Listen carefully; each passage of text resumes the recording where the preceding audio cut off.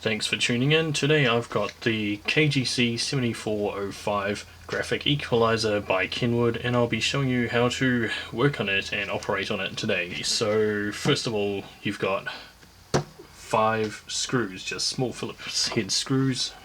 You can use this sort of screwdriver, the smaller size, to remove them. There's 2 on each side, and then you've got 2 on the back here. Now this one's for the actual case. This one down here is just for the AM/FM tuner, which this equalizer doesn't have.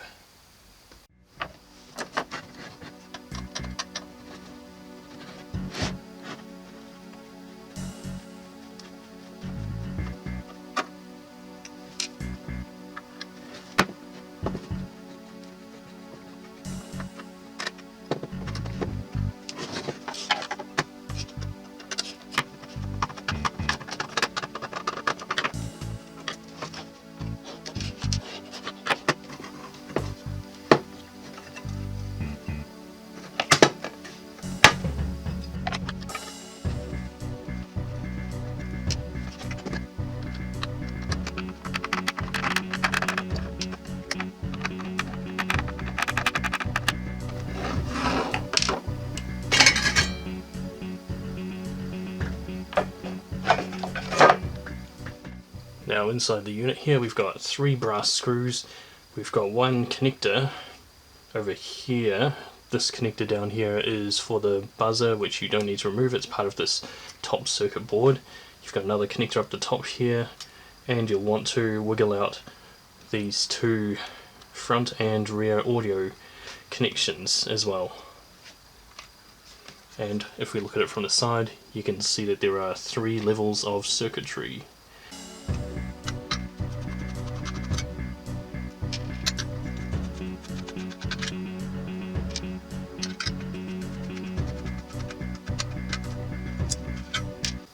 This metal bracket just slides straight up and out of the way.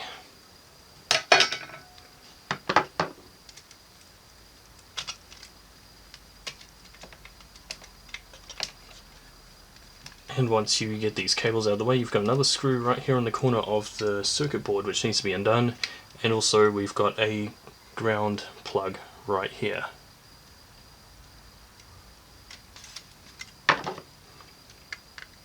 The ground can be very tricky to remove, so usually you'll have to pry it off with a flathead first try.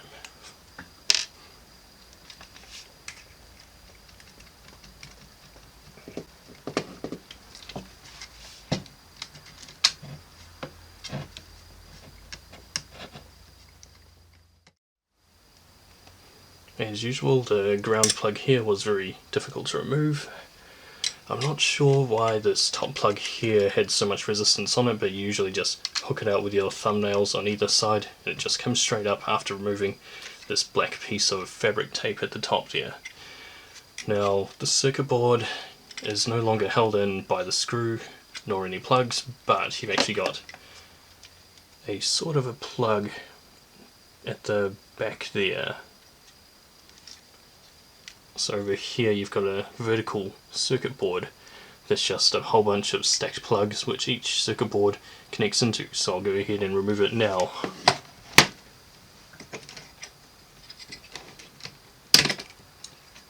And here are the pins for that plug by the beeper wires.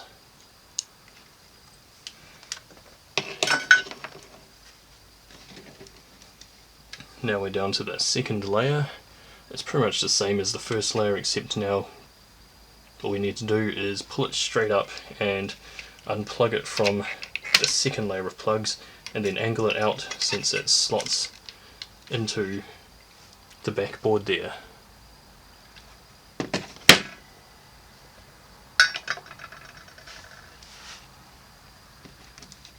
Now this is almost as far as I need to go, because all I need to access are the capacitors that blew out on this circuit board.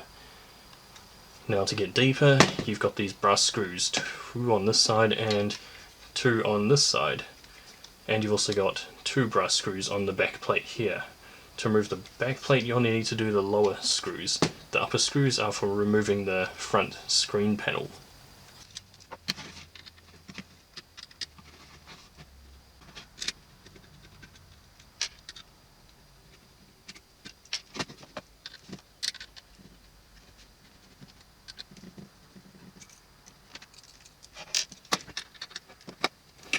While I'm working away on this one, it's also worth noting that there is a second hole over here next to this screw. Now the brass screws don't fit into that hole very well. That's for the black case screws over there, so make sure you put the brass one back in the front hole.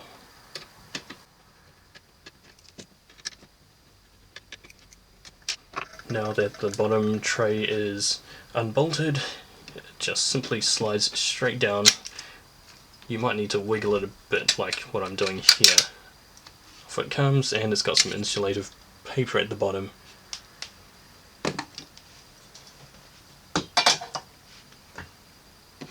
And now we can access both sides of the main or bottom circuit board.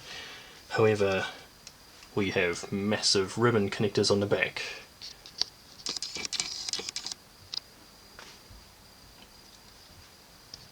Now over here we have the side of the front panel.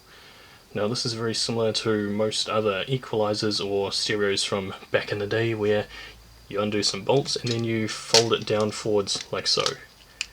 Now you can see the actual vacuum fluorescent or LED display. If you did want to get further into the screen, there are these ribbon connectors over here. You can see 4 of them. Now the trick to them is to slide down that jacket looking casing on each of them and then slide the ribbon connectors straight out. But I strongly dislike ribbon connectors because they break easily, especially around the contacts, so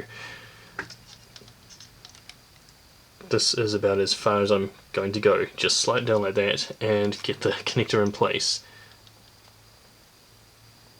There, you can see that bronze strip connected to this plug here.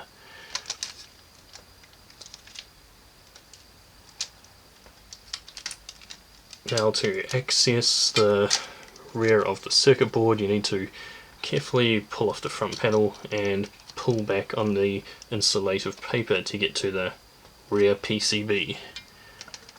And now I've replaced a few of these old leaking capacitors, so hopefully the unit will start working again. And now we just need to quickly reverse the process to get everything back together as quickly as possible.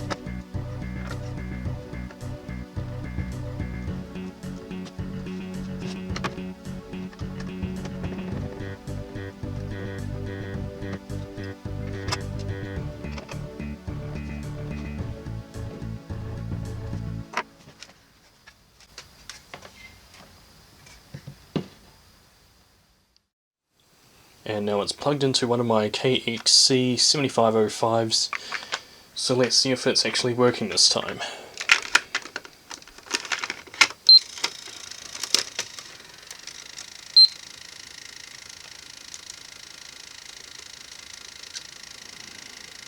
Well, it's lighting up now, which is a good sign, but it's not making any beep noises or responding to the power button.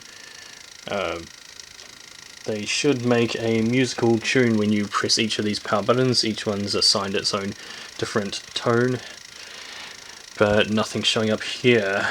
it could just be that you need an amplifier output in one of these for them to work. Otherwise, my next guess would be the ceramic capacitors, which I don't currently have any replacements for.